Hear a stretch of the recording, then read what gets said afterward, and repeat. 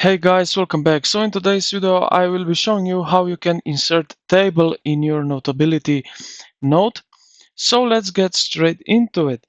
First thing, I have one table, which is in what date is. Okay, so is in a image or PDF style. So first of all, we will now import some kind of image or PDF table. So how to do that? Now right here, you will go and click up here to this share button. So just go and click on it like so. And here we can select, as you can see, Notability. Click on that. Right here now, you see that we can import as before as image. So I will add to existing and right here to this first one and import. So now open the note. Now it will open up. And as you can see,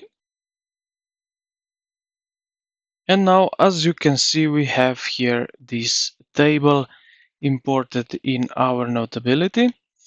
So the second thing is that we can copy, for example, if we have in OneNote one table, we can select it like so and copy it to the next one where we want our table. So like so, and here it is. We have new table right over here. So we can take size a little bit, and also now we can text if we want with this text box, and we can type something in. These are two ways how you can import tables. Now you have third option that you can do is that you can find here under template settings. Here you can find yourself an empty table and you can use it in your notes.